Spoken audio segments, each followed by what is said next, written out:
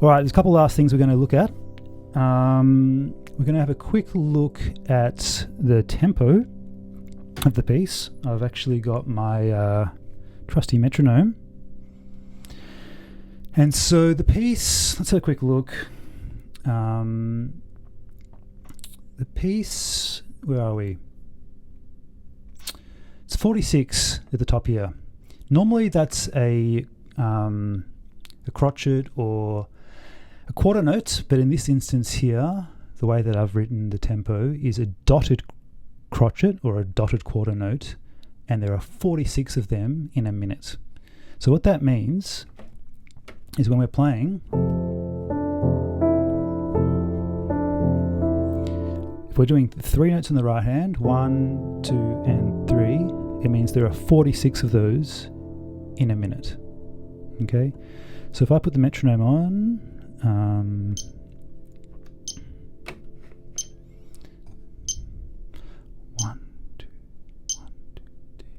2, 3, 1, 2, 3, 1, 2, 3. This is the tempo of the piece, roughly.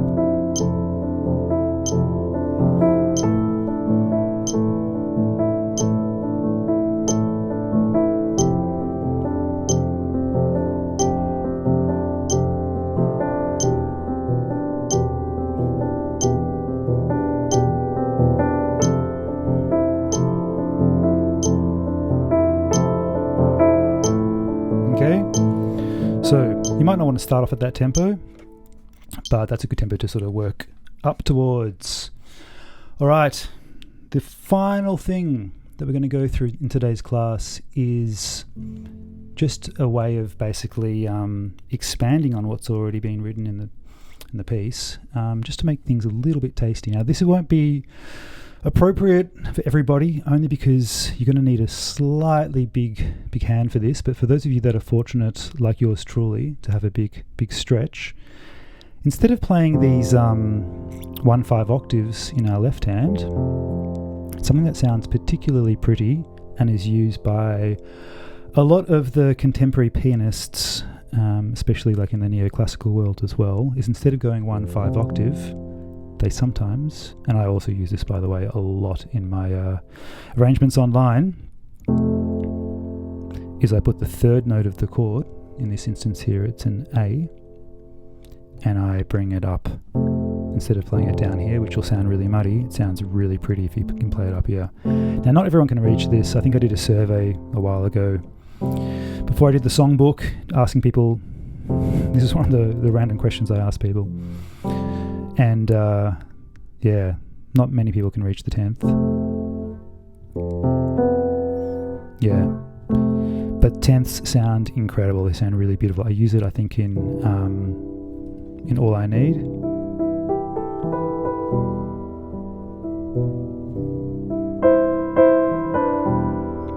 They're really pretty 10ths. So what we're going to do, for those of you that can reach this, instead of doing 1/5 octave, 1/5, essentially 10, but really the third, A minor's like this.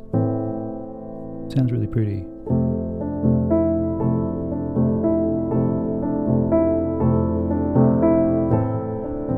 Just to add in a bit more colour.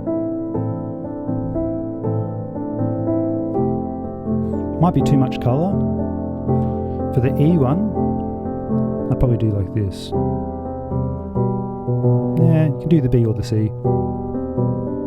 It's probably a bit darker. I like that, as opposed to that sounds a bit happier.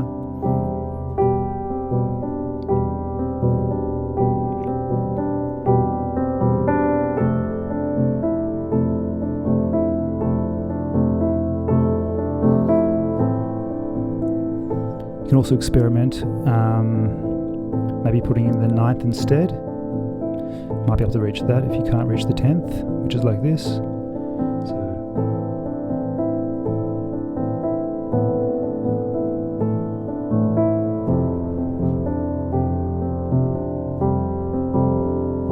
something like that, maybe, like we could go. I'm watching my left thumb here.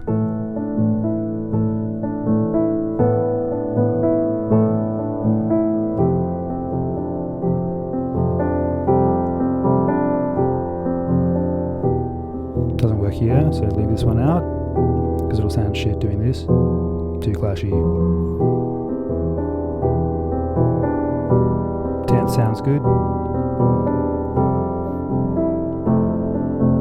I love sort of putting these little melodies that are kind of hidden away in the tune.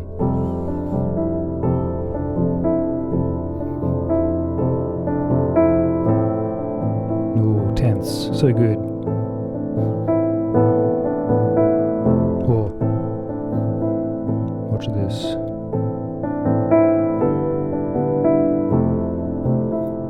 I'm keeping the right hand the same there actually.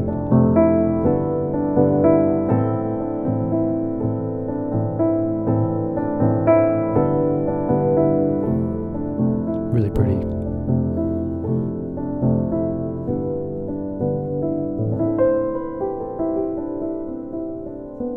Alrighty. Nice. So, that's the first tutorial for Daydreaming. Good luck. Enjoy. Hope you have fun.